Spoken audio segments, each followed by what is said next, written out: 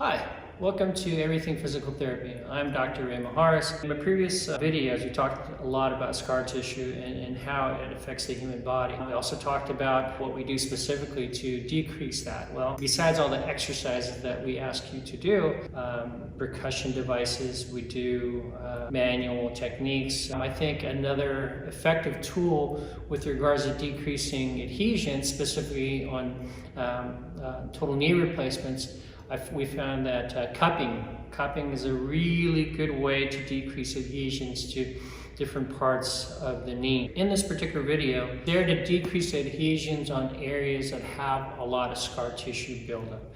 And total knee replacements, unfortunately, with a total knee, your body doesn't understand whether it's an injury or whether it's from surgery. It can't distinguish one from the other.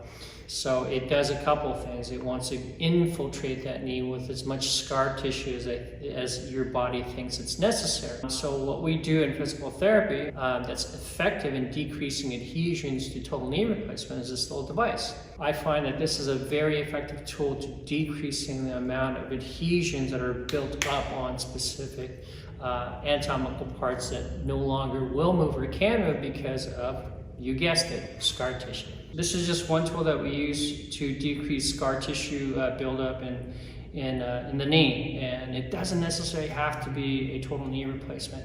It could be, from any other type of surgery that you have complications with scar tissue buildup.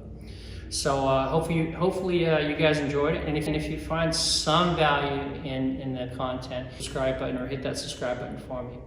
I'd really appreciate it. Thanks, and thank you for watching. But until then, keep safe and keep moving.